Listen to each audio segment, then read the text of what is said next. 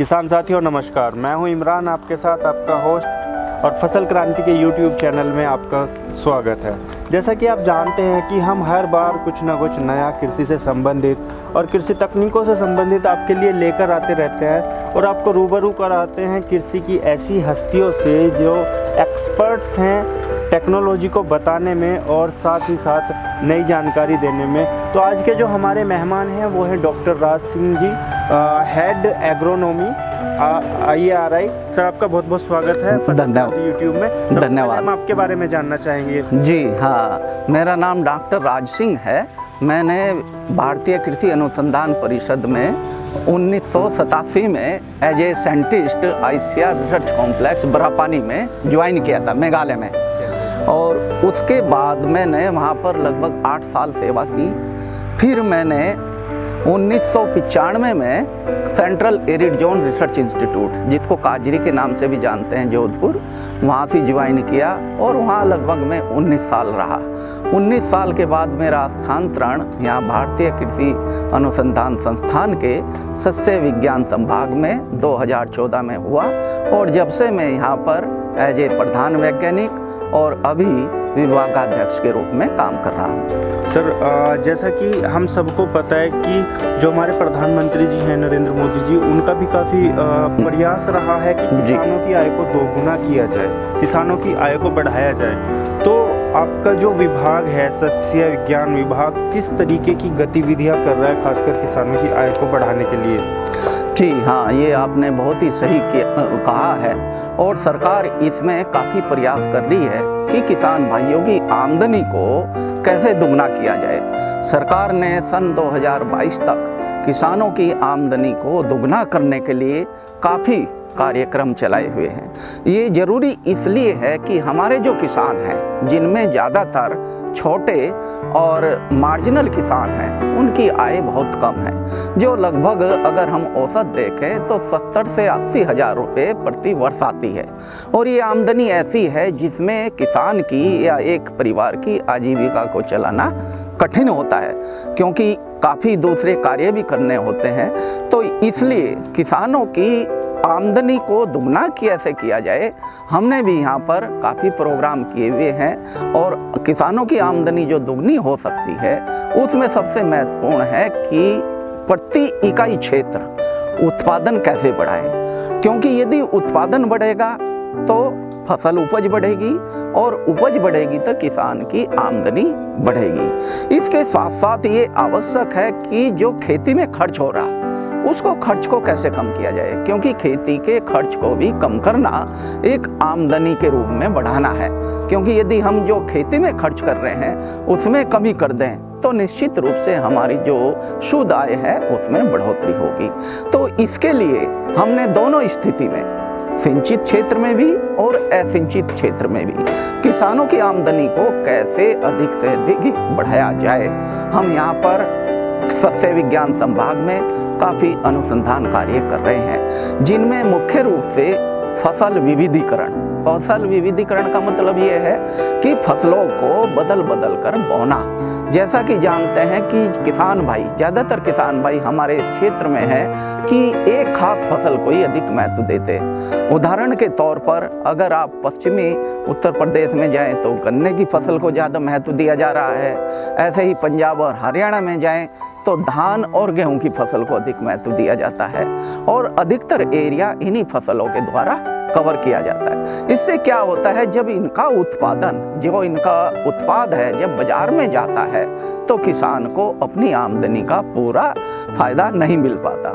इसके साथ साथ जो किसान के घर की आवश्यकता है, जो उसके परिवार की आवश्यकता है, क्योंकि घर में परिवार के लिए अनाज भी चाहिए, दालें भी चाहिए, जिसमें तेल, प्रोटीन, सब्जी, फल, सभी चीज़ों की आवश्यकता होती है। तो सब जो हम अनाज या गन्ना उगा लिए, लेकिन इसके अतिरिक्त जो दूसरी चीज़ों की आवश्यकता होती है उसको पूरा करने के लिए हमें बाज़ार में जाना पड़ता है। और जब बाज़ार से खरीदेंगे तो निश्चित रूप से वो सामान महंगा मिलता है। इसलिए किसान को चाहिए कि वो फसल विविधीकरण अपनाए, यानी कि अपने प्रक्षेत्र को, अपने खेत को ऐसी योजना बनाए कि उसके कुछ हिस्से में अपने अनाज वाली फसलें बोए, कुछ हिस्से में सब्जी वाली फसलें बोए, कुछ हिस्से में फ्रूट यानी कि फल वाले, और इसके अतिरिक्त हमने यहाँ पर इंटीग्रेटेड फार्मिंग सिस्टम, 2 तरह के इंटीग्रेटेड फार्मिंग सिस्टम बनाए हैं। जो छोटे किसान के लिए 1 हेक्टेयर क्षेत्र में हमने यहाँ से अपने संभाग में कार्य कर रहे हैं, और जो मार्जिनल किसान हैं, जो सीमांत किसान हैं, उनके लिए 0.4 हेक्टेयर मतलब 1 एकड़ क्षेत्र में, क्योंकि अभी हमारे देश में ज़्यादातर जो किसान हैं, जो लगभग 86% से अधिक है, वो स्मॉल और मार्जिनल है, यानी कि छोटे और सीमांत किसान हैं, और ये किसानों की आमदनी बहुत ही कम है। इसलिए इनकी आमदनी को कैसा बढ़ाया जाए, इसके लिए हमने यहाँ 2 integrated farming system model develop किए हैं। तो इंटीग्रेटेड फार्मिंग सिस्टम में यहाँ पर हम 9 से 10 कंपोनेंट जो डिफरेंट जो एंटरप्राइजेज हैं, जिसमें फसल उत्पादन, मछली पालन, मुर्गी पालन, बत्तख पालन, डेयरी, मधुमक्खी पालन, मशरूम और गोबर गैस प्लांट, कंपोस्टिंग और फल और सब्जी उत्पादन, ये सारे कंपोनेंट्स को हमने एक परिवार की आवश्यकता के अनुसार ध्यान में रखते हुए 1 हेक्टेयर क्षेत्र को विभाजित किया है। और उसमें हमने देखा है, जो पिछले सालों का हमारा अनुभव है, अगर किसान भाई अपने 1 हेक्टेयर क्षेत्र में इन सभी कंपोनेंट को इंटीग्रेटेड रूप में प्रयोग करें, तो 1 साल में लगभग 3,80,000 रुपये 1 हेक्टेयर से एज ए शुद्ध आय के रूप में किसान भाई कमा सकते हैं। जबकि सामान्य स्थिति में किसान भाई को कितनी आमदनी हो रही है? 70-80,000 रुपये। तो इसका मतलब यह है कि ये अगर ऐसे करें तो किसान की आमदनी दुगनी हो सकती है, आसानी से दुगनी हो सकती है।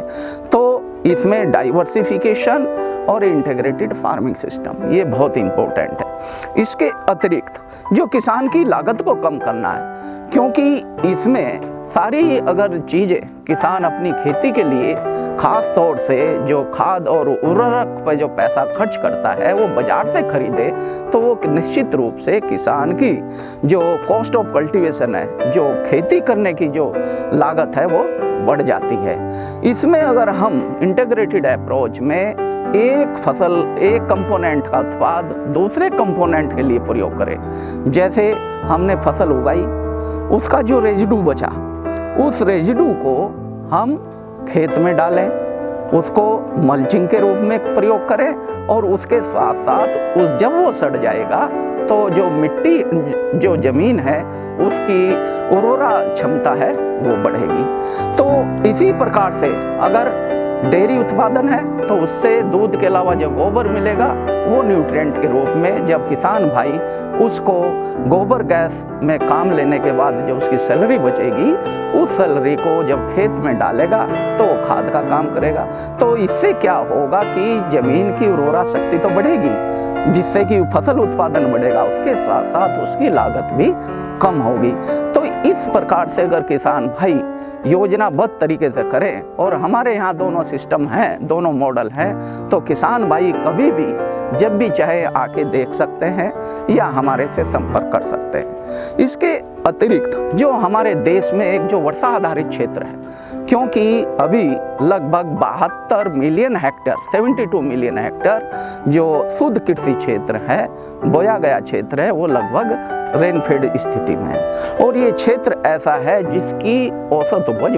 तो किसान साथियों, आपने देखा कि किस तरीके से डॉक्टर साहब ने बड़े ही अच्छे तरीके से और विस्तार पूर्वक चीज़ें बताई हैं। यदि आपको अपनी आय बढ़ानी है तो 2 चीज़ें बहुत ज़्यादा ज़रूरी हैं जो डॉक्टर साहब ने बताई। पहला फसल विविधीकरण, और दूसरा जो हमारी इनपुट कॉस्ट होती है उसको कम करना बहुत ज़रूरी है। तो डॉक्टर साहब ने जैसे अपने संबोधन में बताया कि आपको इनपुट कॉस्ट कम करने के लिए जो आपकी फसल है उससे जो चीज़ें बचती हैं कटने के बाद, उसी को आप रिसाइकल करके दोबारा से इस्तेमाल कर सकते हैं। तो ये बहुत अच्छी चीज़ें हैं। सर, आपसे जानना चाहेंगे कि जो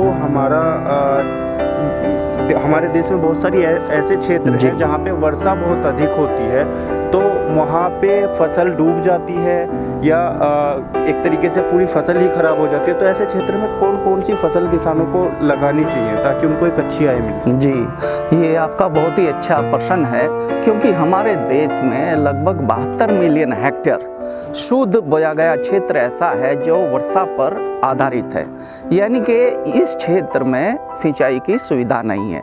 अब इसमें वैसे जो अगर देखें तो इसकी जो औसत उपज है वर्षा आधारित क्षेत्रों की 1 टन प्रति हेक्टेयर से भी कम है, और जो उपज ऐसी है जिससे कि किसान की आजीविका चलना बहुत ही मुश्किल है। अतः आवश्यक है कि जो भी वर्षा के रूप में पानी मिल रहा है, चाहे खरीफ सीजन में मिले या रबी सीजन में मिले, उसका अधिक से अधिक सदुपयोग करके अधिक से अधिक उत्पादन कैसे प्राप्त किया जाए, ये बहुत ही आवश्यक है, खास तौर से वर्षा आधारित क्षेत्रों में। तो इसमें हम लोग यहाँ पर अपने संभाग में वर्षा आधारित क्षेत्रों की उपज कैसे बढ़ाया जाए और जो इन क्षेत्रों में किसान रहते हैं उनकी आमदनी को कैसे बढ़ाया जाए, हम यहाँ पर वर्षा आधारित खेती में काम कर रहे हैं। इसके लिए हमने जो वर्षा के रूप में अधिक पानी जो बहकर नष्ट हो जाता है या ज़मीन को कटाव के रूप में नुकसान करता है, और उस पानी को संचित करके, और जब खेत में नमी की कमी होती है तो उस संचित पानी का उचित तरीके से, जिसमें ड्रिप इरिगेशन है, खास तौर से बूंद बूंद सिंचाई विधि, ये हमने पौंड बनाया है। इसमें हम पानी, वर्षा पानी को एकत्र करते हैं और इस पानी को जब फसल की जो ऐसी अवस्था होती है जब उसमें पानी की बहुत ज़रूरत होती है तो इसमें सिंचाई करते हैं। तो इसमें हमने पाया है कि अगर खास तौर से रबी ऋतु में जब फसल को पानी की आवश्यकता होती है, यदि उसमें लाइफ इरिगेशन के रूप में आप 2 या 3 सिंचाई दे दें तो आसानी से रबी ऋतु में भी फसल को वर्षा आधारित क्षेत्रों में उगा सकते हैं। यहाँ पर हमने प्रयोग कर रहे हैं, हमने चने की फसल बोई है। चने की पूसा हमारे जो भारतीय कृषि अनुसंधान संस्थान पूसा है उसने कई किस्में विकसित की है। हमने यहाँ पर BG 3022 किस्म चने की बोई हुई है। इसके साथ साथ सरसों की किस्म बोई हुई है, PM 28 लगाई हुई है।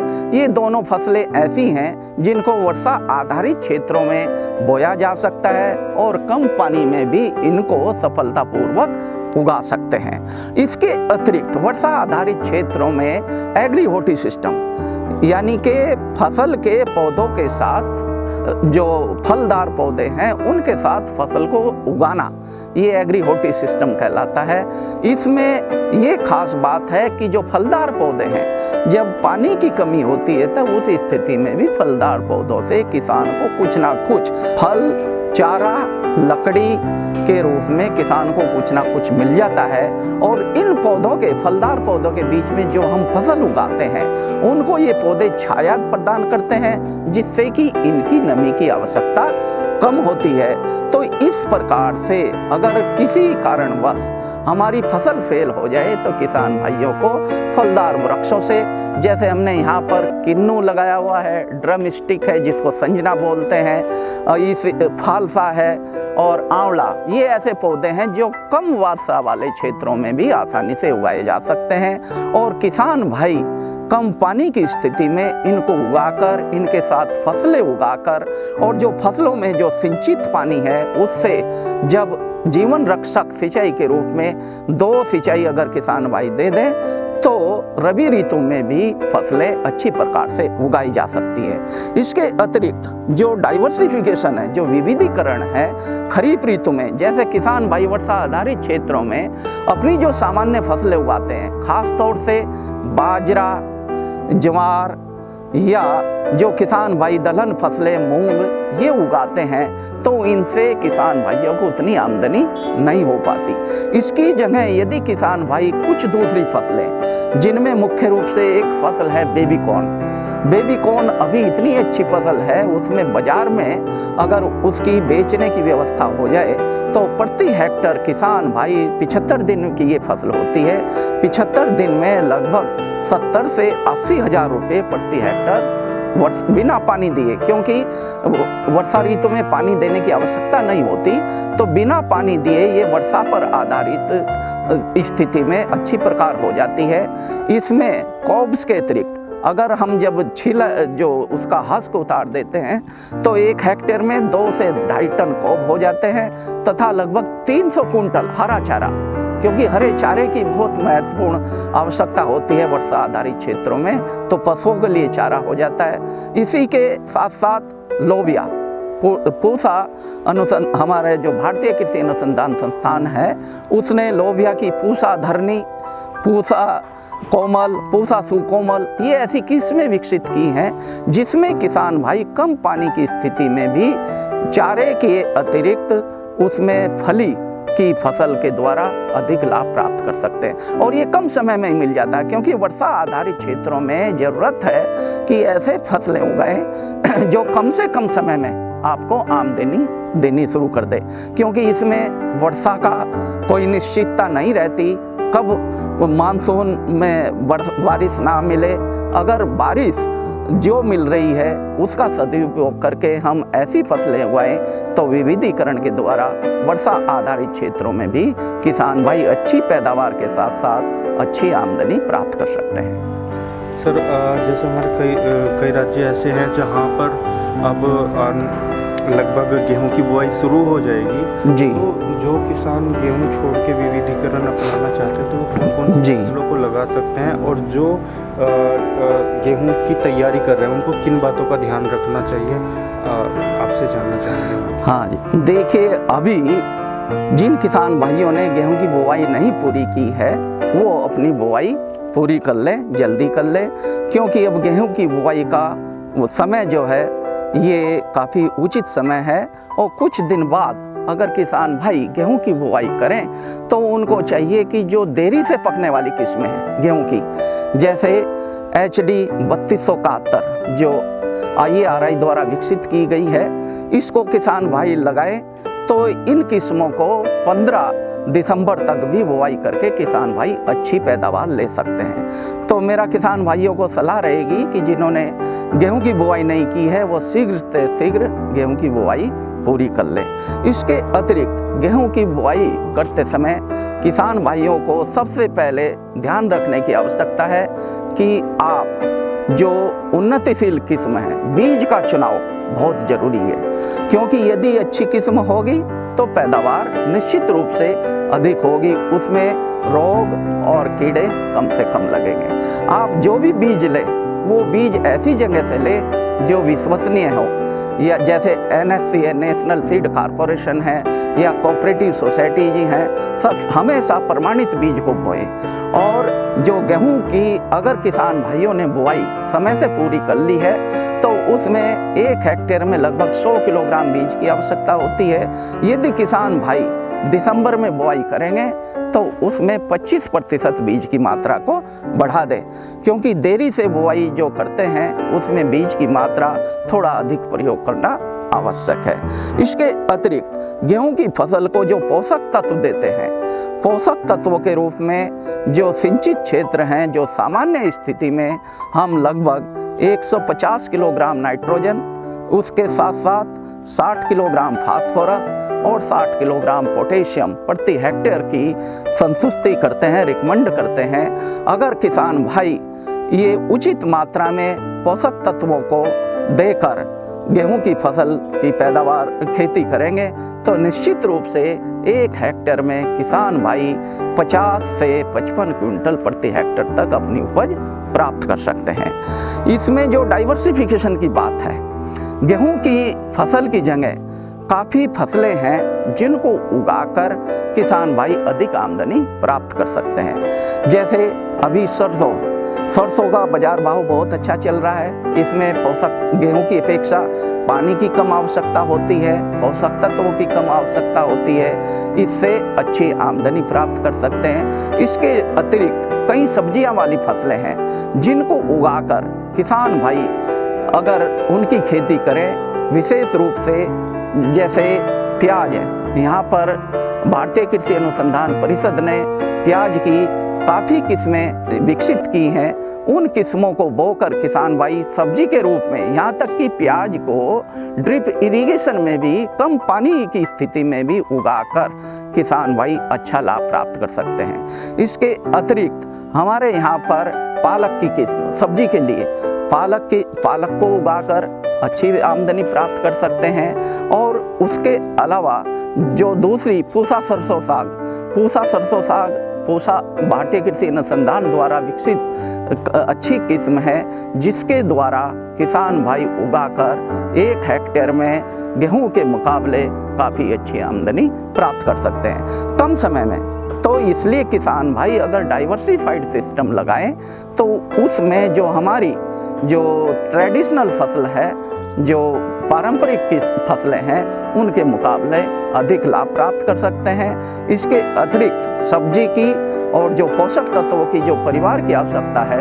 उसको भी पूरा कर सकते हैं। सर, अंत में चलते चलते आपसे जो हमारे किसान साथी आपको देख रहे हैं उनके लिए यदि आपका कोई संदेश या कुछ आप कहना चाहते हैं तो आप फसल क्रांति के माध्यम से उनको कह सकते हैं। मैं किसान भाइयों से यही कहना चाहूँगा कि खेती से अधिक लाभ एवं अधिक उपज प्राप्त करने के लिए किसान भाई हमेशा वैज्ञानिकों के संपर्क में रहे। आपके पास जो भी अनुसंधान संस्थान है वहाँ पर समय समय सलाह लेते रहें। इसके अतिरिक्त हर जिले में कृषि विज्ञान केंद्र खोले हुए हैं, वहाँ पर भी सब सब्जेक्ट के सब विषयों के एक्सपर्ट हैं, उनकी सलाह लेते रहें। और राज्य सरकार के जो कृषि विभाग है उनके भी एक्सपर्ट हैं। अगर किसान भाई उनसे सलाह लेके अपनी खेती को उन्नत विधियों को अपनाकर करेंगे तो उससे किसान भाई की आमदनी भी बढ़ेगी, उनकी पैदावार भी बढ़ेगी और किसान भाई अपने पारिवारिक जो आवश्यकता है